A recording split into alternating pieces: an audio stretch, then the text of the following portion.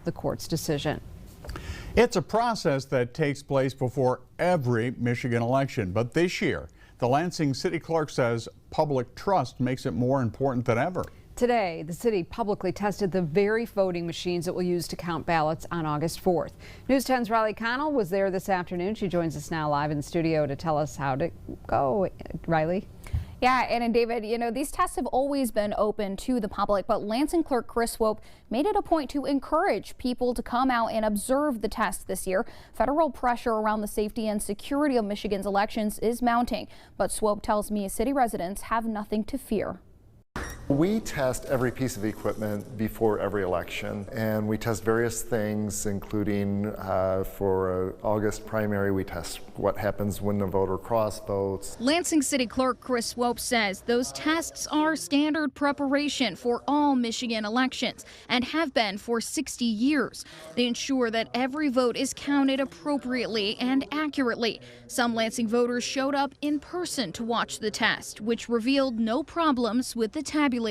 Does it feel like there's extra pressure on this step of the process this time around? It does, and you know, I've been doing this for over 20 years, and this is the first time I think I've done a press release about the public test, just because I want to make sure that the public is aware of this part of the process. That chance to look behind the curtain could be critical as the safety and security of our elections are called into question. It comes after President Donald Trump announced the release of documents that he says prove foreign interference in the 2020 election. According to the DHS review, state voter rolls and public records, they identified approximately 278,000 non-citizens who are registered to vote in federal elections. The U.S. Department of Justice has taken special interest in Ingham County with plans to send election monitors to Lansing and East Lansing.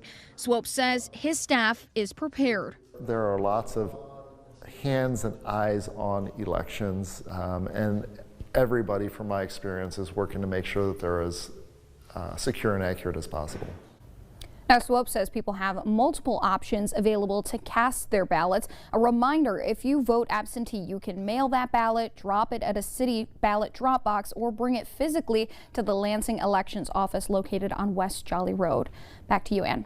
Riley, thank you. There is an important election deadline coming up. If you need to spoil your ballot so you can recast your vote, the Lansing City Clerk's office needs a written request from you by Friday.